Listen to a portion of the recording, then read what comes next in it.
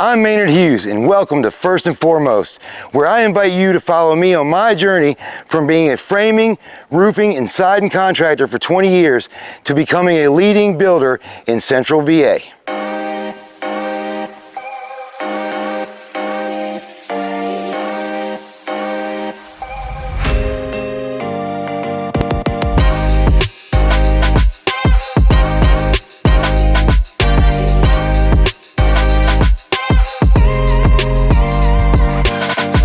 So today, guys, I'm in a little bit of a time crunch.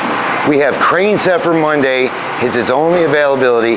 So we have 2 days to get all the second floor walls up, braced off, and trusses prepped. We got to get to work. So floor is laid, lines are popped, material stocked.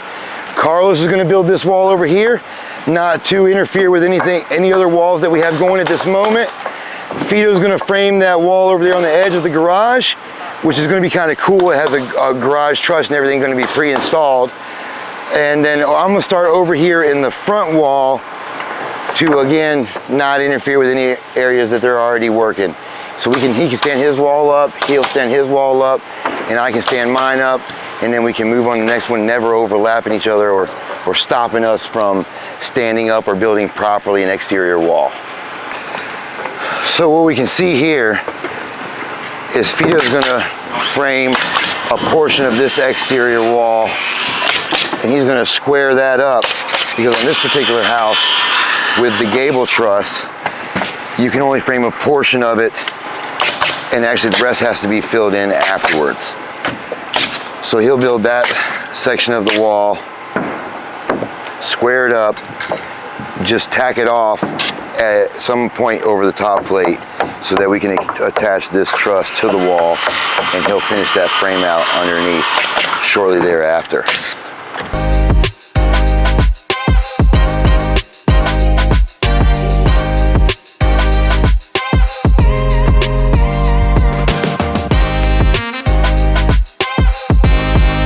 On these exterior walls, you always want to have the bottom plate super straight and tack down so that it cannot move.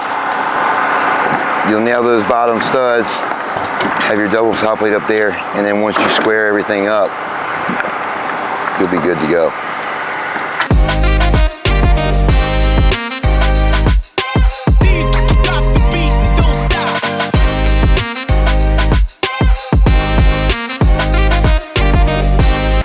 So now these guys are going to square this wall up, and once they measure from point to point on both ends, get the same exact number, both of them, we'll be able to tack that off, and I may give them a helping hand.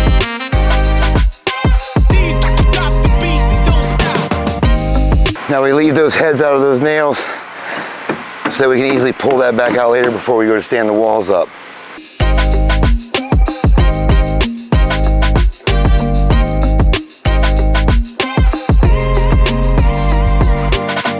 So now Carlos has almost completely installed the plywood sheathing to the exterior wall, and what he'll do is go up and down every 16 inches where the studs and around the perimeter to make sure the sheathing is completely attached.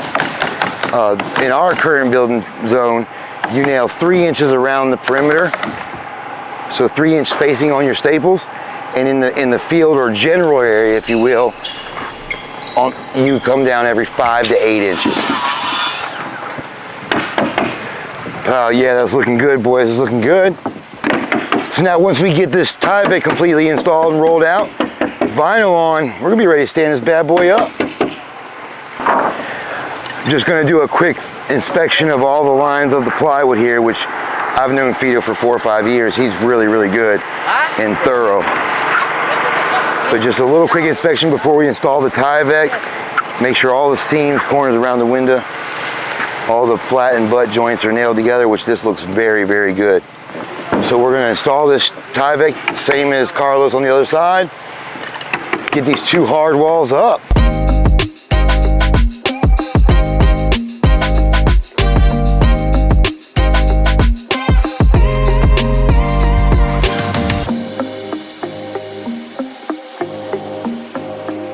right, now we gotta lift this exterior wall up. Oh yeah, that looks good.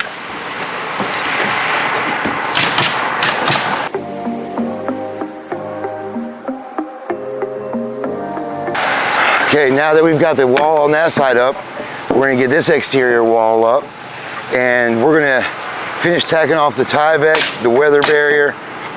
The 1x6s look really good and cut very well. But even though we have these nails tacked down to the bottom plate and it's adhered to the floor, we're still gonna have to put some blocks on the exterior band, nail really nice. I probably need to get off the wall so he can actually lift up and do what he's trying to do. But he's gonna nail some blocks on that exterior wall so it don't slide off or try to kick out on the bottom and, you know, hurt anybody or fall off the wall, God forbid. Never had that happen, but that's why we take these steps. The double 2x4 that he's putting in the middle here, being that this is a roof truss attached to the top of the wall, you want to nail that to a strong point like the side of the window where there's 2 studs. Go up there and attach it to the gables. That way when we lift, it does not crinkle or really bend the gable past the point of no return, if you will. Okay, you ready? 1, 2, 3, 4.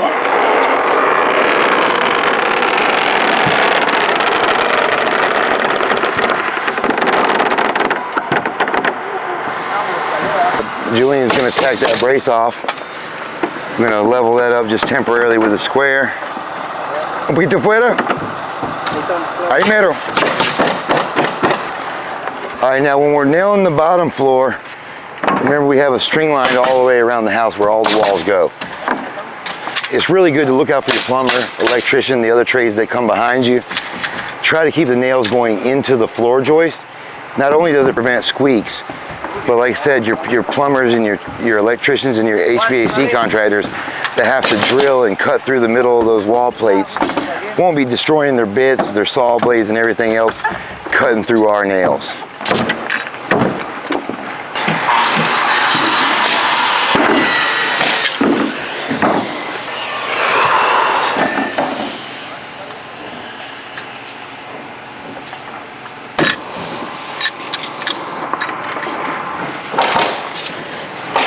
All right, so now they're getting really close to having the wall completely stocked up, and it looks like they have the majority of the bottom plates nailed, at least on this side anyways. This is a really long wall. It's gonna be heavy.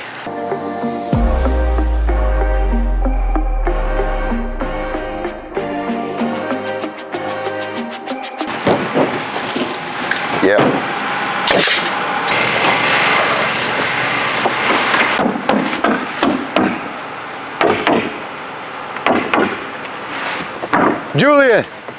Julian, blocks.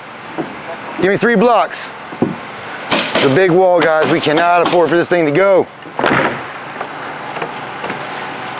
Once we get this wall up, it's majority interior walls at that point. No more sheathing.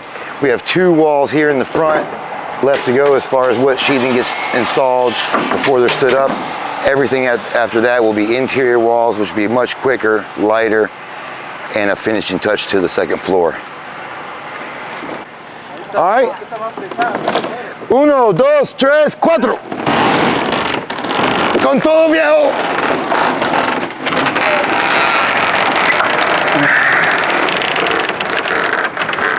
Oh yeah. Get him, Carlos. Let's brace this thing off quickly, guys. Before the wind blows. Before the wind blows.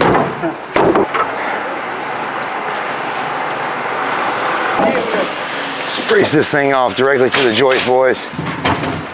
Get this one nailed in here. We'll be safe and secure. Ready to rock. These interior walls. As you guys can see, we've raised this header above the bathroom window up 2 plates higher. And that's because when you put the tub against this back wall, we want to have a little bit of reveal there so that the window's not exactly sitting directly on top of the tub shower. We will have to install 2 straps on both sides to make sure that joint and the interior wall that ties it in is secure. but sometimes you can only work with so many numbers, and that's just what we had to do in this situation.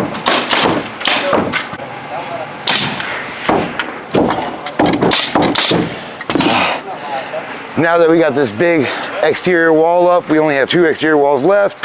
We'll get those up, rock these inside walls out, see if we can get ready for that crane. I think we're gonna make it. We can make it. Tune in next time, guys. You guys know the deal. Subscribe, hit that like button, click the notification bell if you'd like to see more videos just like this one in the future.